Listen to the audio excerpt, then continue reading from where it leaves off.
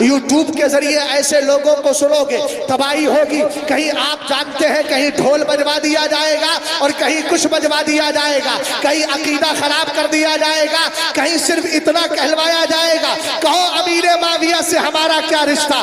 ہم بتاتے ہیں ہمارا امیر معاویہ سے کیا رشتہ ہے. ابھی آخر میں جا کر کے انشاءاللہ اس مسئلے کو بھی کلیئر کر کے جاؤں گا تاکہ اعلیٰ حضرت کی کتاب کا نام لے کر کوئی ظالم فائدہ اٹھانا نہ چاہے, پوری بات سمجھ لے.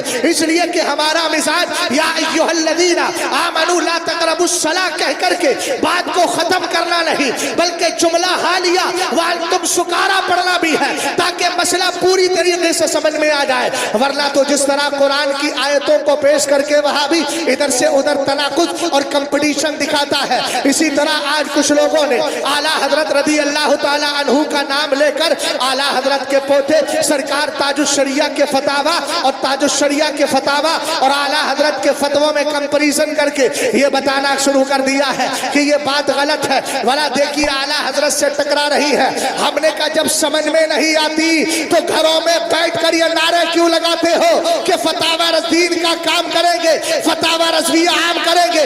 ہم نے کہا عام وہی کر سکتا ہے جس پر بزرگوں کا فیضان ہوگا, اور یاد رکھنا سچا فیضان اسی کو مل پائے گا جو اعلیٰ حضرت کے سچے جانشین تاج الشریعہ کی محبت کو دل میں رکھے. سرکار تاج الشریعہ نے تو کہہ دیا نا مشاہد سا مجاہد, کیا ہوا ملتا نہیں.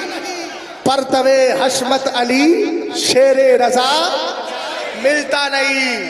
توجہ فرمانا, حضور مفسر اعظم کے بیٹوں میں تاج الشریعہ کا کوئی جواب نہیں, اور حضور شیر بشے اہل سنت کے بیٹوں میں مشاہد ملت کا جواب نہیں. سرکار مفسر اعظم نے اسی لیے فرمایا تھا, آپ نے فرمایا تھا لوگ چلے جاتے ہیں جگہ خالی ہو جاتی ہے.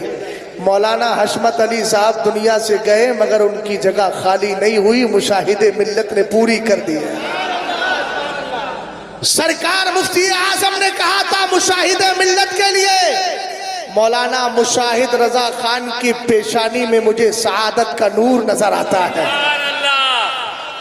اس کو کہتے ہیں مقبولیت, جس کو خاندان والے ہی پیر زادے ہی اگر قبول فرما لے تو بڑا پیارا. توجہ ہے, وہ بھی بڑی کم نصیبی ہے کہ پیر گھرانہ ہی نکار دے. کہ بھیا ان سے دور رہی ہو, یہ ہمارے نہیں, جہاں سے پلے بڑے, جہاں کے ٹکڑے کھائے, جس تاج الشریعہ کے جلسوں میں رہ رہ کر کے پیٹ پالے, آج وہی تاج الشریعہ تمہارے نزدیک جو ہے پیر بننے کے قابل نہیں رہا. ہم نے کہا دیکھ لے سرکار تاج الشریعہ کی ذات کو.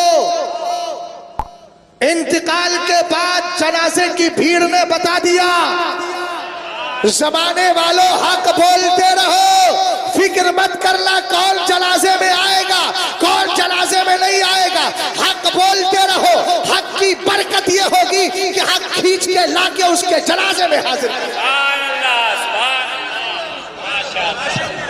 جو ہے. اور چاند اور سورج پر تھوکنے والا خود ہی اپنا منہ گندا کرتا ہے, اور ہو رہا ہے. محترم توجہ ہے نا کہ جتنا لکھا ہے اتنا ہی بیان کرو. ہم اعلیٰ حضرت یا اعلیٰ حضرت کی کتابوں میں یا بزرگوں کی کتابوں میں اپنی طرف سے گھٹا بڑھا کے بیان نہیں کرتے, جو لکھا ہوتا ہے اسی کو بیان کرتے ہیں. مگر اس واقعے سے پتا چل گیا شیر بشے اہل سنت وہ ہے جن پر امام احمد رضا خان کا فیضان تھا.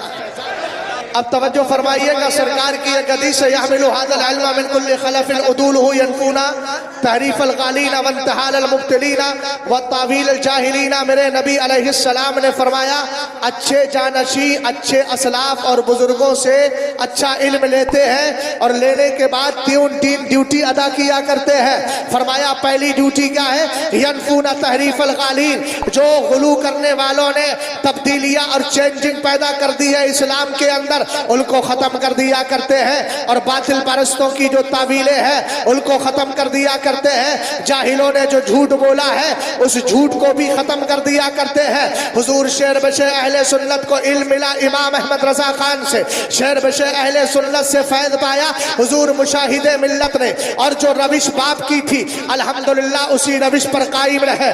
اسی لیے تاج الشریعہ نے کہہ دیا نا مشاہد سا مجاہد کیا ہوا ملتا نہیں, اس لیے کہ آپ نے پوری زندگی اسی پیغام کو عام کیا تھا جو اعلیٰ حضرت رضی اللہ تعالی عنہ کا پیغام تھا. یہی سرکار شعر بشعر اہل سنت کا لخت دیگر ہے. آپ کی بارگاہ میں آپ کے یہی آپ کے اسی بمبئی کے جناب عمر ڈوسا صاحب کوئی ہوتے ہیں, میں نے تو کبھی دیکھا نہیں, اور اب پتہ نہیں زندہ ہے کہ چلے گئے تو اللہ تعالیٰ بخشش فرمائے. انہوں نے سوال کیا تھا, ایک مولوی صاحب کا یہ کہنا ہے حالات بڑے دگرگو ہو گئے ہیں لہذا اب سب مسلمانوں کو متحد ہونا چاہیے. اس پر حضور مشاہد ملت نے ایک اچھی لمبی چوڑی تحریر لکھی جس کا نام لکھا اتحاد باطل کی بیک کنی, یعنی جھوٹے اتحاد کو جڑ سے اکھاڑنا. ہم نے کہا دیکھو تو صحیح, سرکار فرما رہے ہیں اچھا علم لیتے ہیں اور جو جھوٹی تعویلیں لوگوں نے کی ہے ان کو دور کر کے جاتے ہیں. اب شعر بشعر اہل سنت کے لخت دیگر نے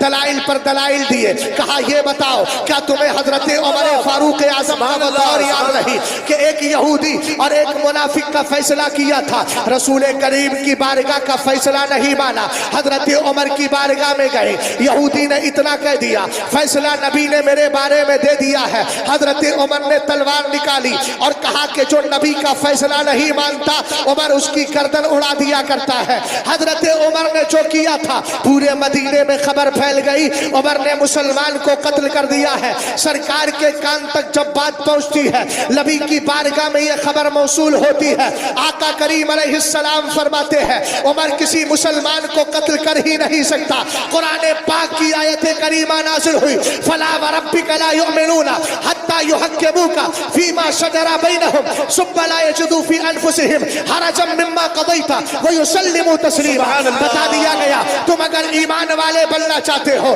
تو اسی وقت بنو گے جب نبی کے فیصلے کو قبول کر لو گے. آقا کریم علیہ السلام کے دیوانوں, حضور مشاہد ملت نے یہ بھی دلیل دی اور کہا تمہیں پتہ نہیں اب ان سے اتحاد کرو گے جو نبی کے فیصلے کو نہ مانتے ہو. پھر آپ نے فرمایا بتاؤ ہندوستان میں کتنے احمدی کہنے والے, کتنے قادیانی ہیں جو نبی کی رسالت کو نہیں مانتے لیکن گورنمنٹ ان کو مسلمان کہتی ہے, کیا ان سے اتحاد کرو گے؟ نبی کی گستاخیاں کرنے والوں سے اتحاد کرو گے؟